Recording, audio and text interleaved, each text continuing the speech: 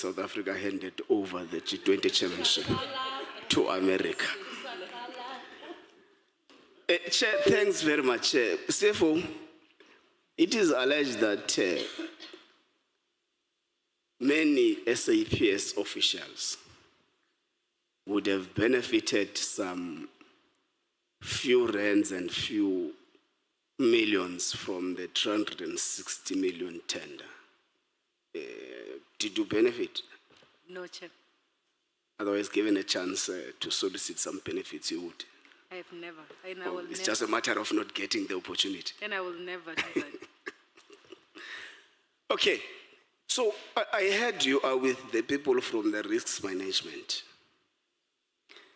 Was awarding such a massive tender to a newly established company with no massive experience of that kind of work not a financial risk?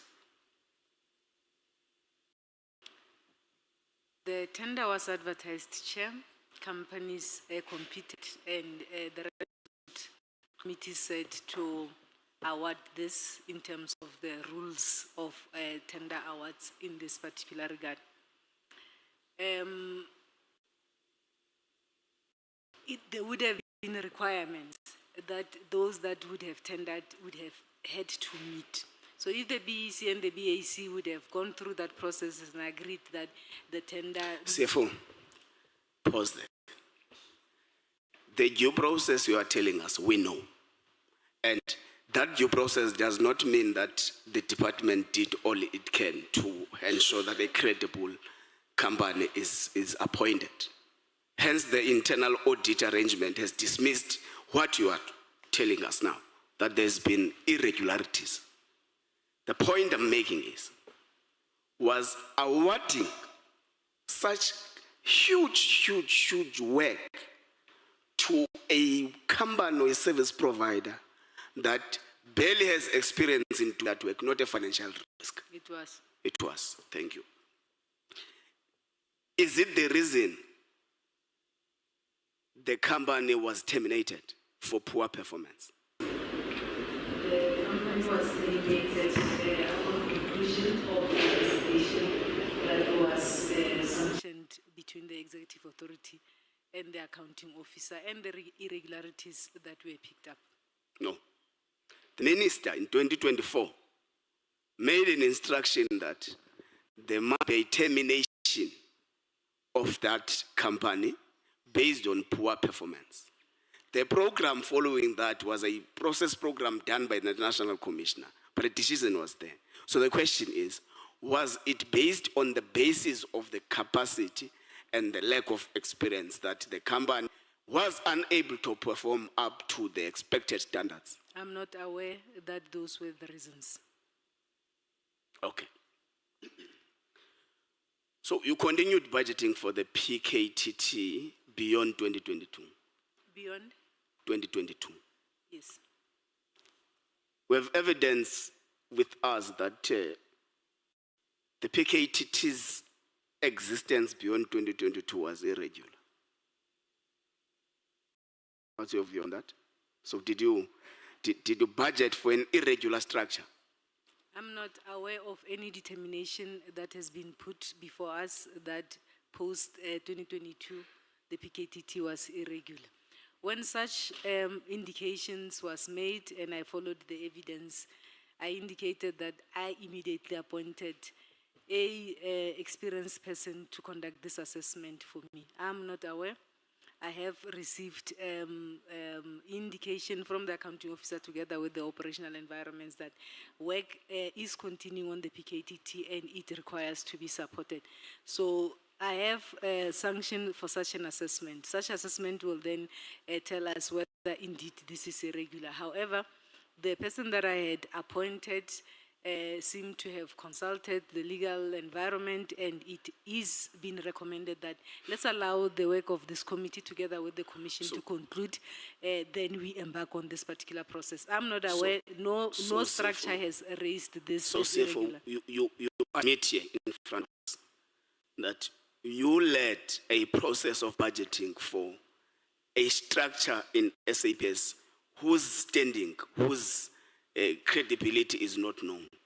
You are not aware whether it's regular or irregular, Nobody but you has, continue budgeted it for has it. not been raised or flagged by any assurance provider as irregular. And But there the is minister no- said that in there with is no us. determination that has been conducted that I'm aware of that has declared the structure irregular. But the minister said that to us. I would not be in a position to then comment on that. We need to then have a thorough assessment that will give us an indication in this regard. Okay. So, are you aware whether or not the term or the existence of the PKTT was actually extended beyond 2023? As I indicated, Chair, I do not participate in the IMC structures. The National Commissioner, together with the project team leader, are in a best position to answer that. What comes to me is a process that would have been sanctioned by the accounting officer to say work is continuing and it needs to be supported. Okay, I see that the budget patterns of the PKTT change from one year to the other and all that. There is no stable budget or there is no stable tariff in terms of how you budget for the PKTT. What factors influence that? It will be, the main factors would be the cost estimates that are submitted by the project leader. Obviously, they would have taken into account the work that needs to be done, that still needs to be done, the investigations and so on and so on. And they do estimates in terms of the numbers, if they need to increase the numbers or reduce the numbers. So we receive the cost estimates from the project team leader, having analyzed and assessed and took decisions in this regard. You hold strong views that the PKTT must be deactivated. Why? As a temporary structure, so that a permanent structure could be put in place. And from a budgeting point of view, it will make it easier for me to project, to budget, as well as to allocate resources that will support this team and to ensure accountability, so that there's a permanent head. Should there be a misuse of resources, I know, then there's a permanent head who must account for this. So it was purely from a budget as well as a resource management point of view. Was the PKTT the most expensive task team within the SAPS? Not necessarily. It was not. It was not. Okay. Do you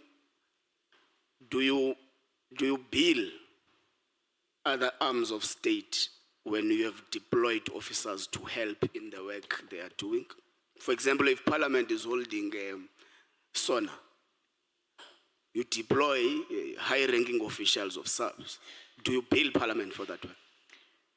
There are events that would have been arranged by other environments, other departments, where a commitment letter, I will demand a commitment letter, working together with the head of VIP protection or protection services, and those departments will then commit, and we then do an inter-departmental claims. There is work that the VIP protection unit as well as the protection services is their mandate to then do. Events, policing in terms of issues of SONA and all those, this is the mandate of that particular program 5. But there are instances where other events where we do not have money, then there will be an agreement with the organizing department that there is a commitment letter. Post that event, then we then submit and facilitate an inter-departmental claim. Okay, thank you, Chair. Honorable Sangoni, the baton is yours.